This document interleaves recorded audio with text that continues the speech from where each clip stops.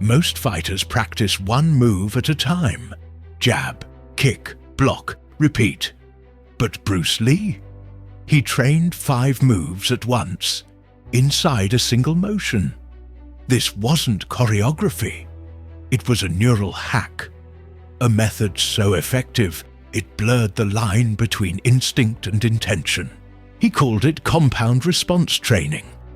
But to his students, it felt like watching the future. Here's how it worked.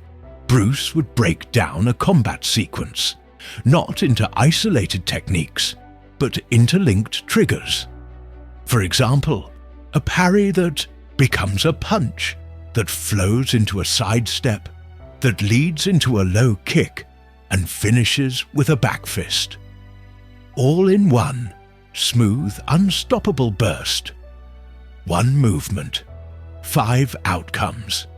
No pauses, no resets. But it wasn't about speed, it was about memory. Bruce trained his nervous system to recognize patterns, not just react. So when pressure came, his body didn't choose, it just moved. He often said, "Don't think, feel." This was what he meant. Students recall Bruce repeating the same 5-in-1 drill hundreds of times, barefoot, sweat dripping onto wooden floors, hitting air with the same intensity he'd hit a real opponent. And every time it looked faster. Why did he do it? Because Bruce knew real fights weren't clean. You don't get time to plan. Have milliseconds. So instead of memorizing 100 separate techniques, he built chains, sequences wired into his reflexes, and that's the secret. He didn't just train moves, he trained transitions.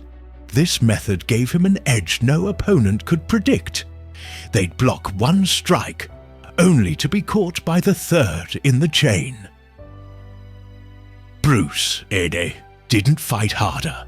He fought smarter, with a body that was always 5 steps ahead. If this peek into Bruce Lee's muscle memory hack opened your eyes, hit like, share your thoughts in the comments, and subscribe. Because mastery isn't about knowing everything. It's about doing everything at once.